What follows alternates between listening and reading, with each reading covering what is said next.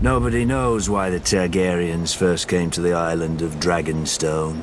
Old Valyria was then at the height of its power and the center of the civilized world, which ended at the Narrow Sea. Westeros was a filthy backwater with 7 kings squabbling over borders and minor glories. So much for progress. The island itself was and is nothing. It had no gold or gems to lure Valyrian nobility. All it has is rock. Mostly a shiny black stone, too brittle for war and too sharp for building. The Targaryens called it dragonglass. I call it useless. But the Targaryens managed to raise a castle here. Simpletons claim they used ancient Valyrian sorcery, forgetting that the Targaryens brought a small army with them from Essos.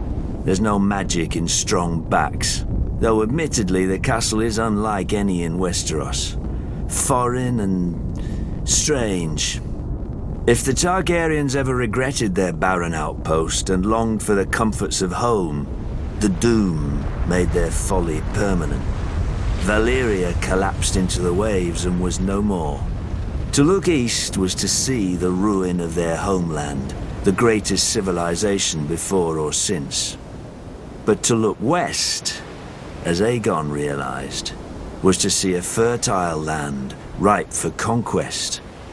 Perhaps even a new Valyria. Though good for little else, Dragonstone was the perfect staging point for Aegon's invasion of Westeros. The Blackwater Bay granted easy access to the continent. The lands there were disputed by 3 kingdoms, the Reach, the Iron Islands, and the Stormlands. But their capitals were far enough away that none could mount a force before Aegon got a foothold, even if their kings had been able to stop bickering over whose problem he was. Then it was too late. Aegon had chosen his first camp well, with the bay to the east, the river to the south, and open fields to the north and west. His army would be impossible to take by surprise. A perfect site for an invasion, and one day, his capital city, King's Landing. The Doom had taught the Targaryens the prudence of refuge.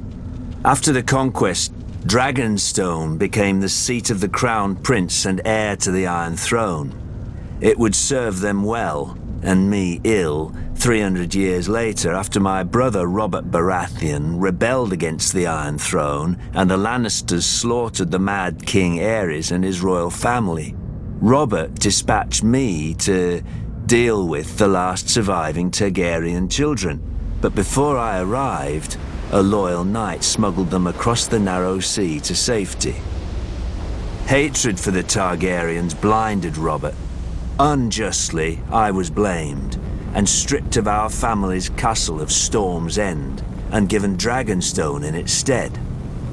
Over the years, whenever I demanded my rights restored, Robert would remind me of the island's royal pedigree and pretend he was doing me honor, as if I were one of his tavern girls to be so easily deceived and dismissed.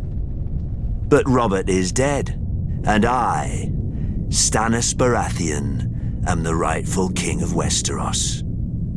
Let the usurpers and traitors sit on the Iron Throne. From Dragonstone, I will be the dagger at their throat.